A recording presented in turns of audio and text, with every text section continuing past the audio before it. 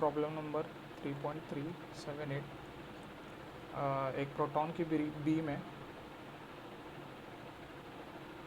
उसको एक्सेलरेट किया है पोटेंशियल देने से 500 किलो वोल्ट, और एक मैग्नेटिक फील्ड एक रीजन में जिसका कि विड्थ डी है। और इस पोटेंशियल डिफरेंस अप्लाई करने की वजह से प्रोटॉन बीम के पास कुछ काइनेटिक एनर्जी आई, और वो इस रीजन में जहाँ पे मैग्नेटिक फील्ड अप्लाई किया था इनटू द पेज अप्लाई किया था, मतलब अगर मैं कोऑर्डिनेट फ्रेम असाइन करता हूँ एक्स वाई और जेड, तो नेगेटिव जेड में नेगेटिव के कैप में मैग्नेटिक फील्ड अप्लाई किया है इस रीजन में जिसका विड्थ डी है। ऑब्वियसली इसके वजह से प्रोटॉन एंटर हो रहा है इस फील्ड में वी नॉट वेलोसिटी, जो कि इस मैग्नेटिक फोर्स से परपेंडिकुलर है। तो हमें पता है मैग्नेटिक फोर्स क्या होता है, क्यू वी क्रॉस बी। तो वी ये साइड है एक्स डायरेक्शन में और मैग्नेटिक फील्ड जेड डायरेक्शन में, तो कर्ल करेंगे तो वाई की तरफ आता है। तो प्रोटॉन बीम एक फोर्स एक्सपीरियंस करेगा जो कि वाई डायरेक्शन में होगा,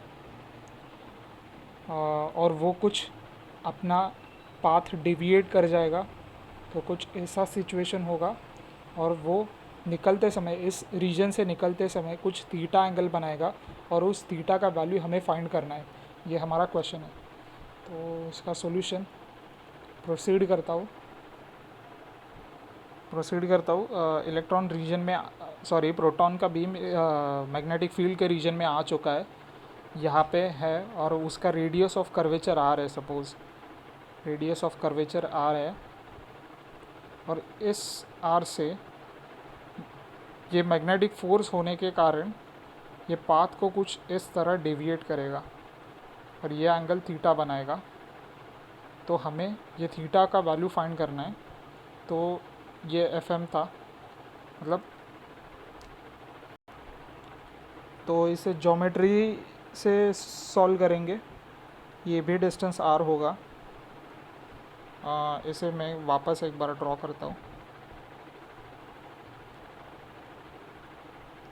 ये एंगल थीटा था, तो ये एंगल 90 माइनस थीटा होगा। देखो ये भी डिस्टेंस आ रही है, ये भी डिस्टेंस आ रही। ये एंगल थीटा है, ये एंगल हमें फाइंड करना है। तो ये 90 माइनस थीटा होगा, ये 90 माइनस थीटा होगा, तो ये थीटा होगा, ये थीटा होगा, तो ये 90 माइनस थीटा होगा, तो ये 90 माइनस थीटा होगा, तो ये एंगल ऑटोमेटिकली थीटा बन जाएगा।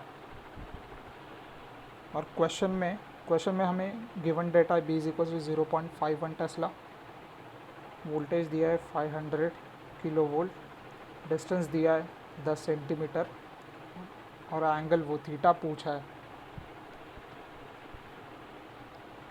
तो बहुत इजी है। इस थोड़ा ट्रिग्नोमेट्री का यूज़ करेंगे। Sine theta is equals to ये डिस्टेंस डी है, ये डिस्टेंस डी है, और रेडियस आर है। ओके, सो थीटा का वैल्यू हमें नहीं आ जाएगा। डी का वैल्यू हमें पता है, लेकिन आर का वैल्यू हमें पता नहीं है। तो आर को हमें रिप्लेस करना पड़ेगा। हमें पता है सेंट्रीपिटल फोर्स है F M is equals to Q V cross B. तो एंगल 90 है, तो कॉस 90 1 हो जाएगा, कॉस 90। और ये मैग्नेटिक फोर्स ही सेंट्रीपिटल फोर्स है जो कि इसका पाथ डिविएट करने में मदद करेगा। उसका वैल्यू होता है M V square by R is equal to Q V B. तो आर का वैल्यू यहाँ से निकल जाएगा, तो आर क्या हो जाएगा, M V by Q B. तो इसको इसमें सब्सटीट्यूट करेंगे। अगर इसको इसमें सब्सटीट्यूट करते हैं, हमें डी का वैल्यू पता है, एम का वैल्यू पता है, क्यू का वैल्यू पता है, ये प्रोटॉन है, तो प्लस ई चार्ज हो जाएगा। बी का वैल्यू भी गिवन है, लेकिन वी का वैल्यू पता नहीं है। तो इसके लिए v को भी रीसब्स्टिट्यूट करना पड़ेगा किसी नोन पैरामीटर से, तो वो वर्क एनर्जी थ्योरम से आ जाएगा हाफ एम वी, मैं वी नॉट लिखता हूँ ताकि ये पता चले ये वेलोसिटी है, half M V square is equals to Q V, तो V not is equals to √2 Q V by M. अच्छा, ये वैल्यू और ये वैल्यू इस मेन इक्वेशन में डाल देते हैं, तो साइन थीटा का वैल्यू आ जाएगा d/m v0 क्यू बी, और v0 का वैल्यू यहाँ है, तो v0 का वैल्यू अगर डालते हैं तो sine theta is equals to d/m √m/2 Q V. Okay, तो d का वैल्यू पता है, q का वैल्यू पता है जो कि प्रोटॉन है, b का वैल्यू पता है, m का वैल्यू मास ऑफ प्रोटॉन है, q का वैल्यू पता है, और वोल्टेज अप्लाइड उसका भी वैल्यू पता है। अगर आप कैलकुलेट करते हो तो theta is equal to 30 degree आ जाता है।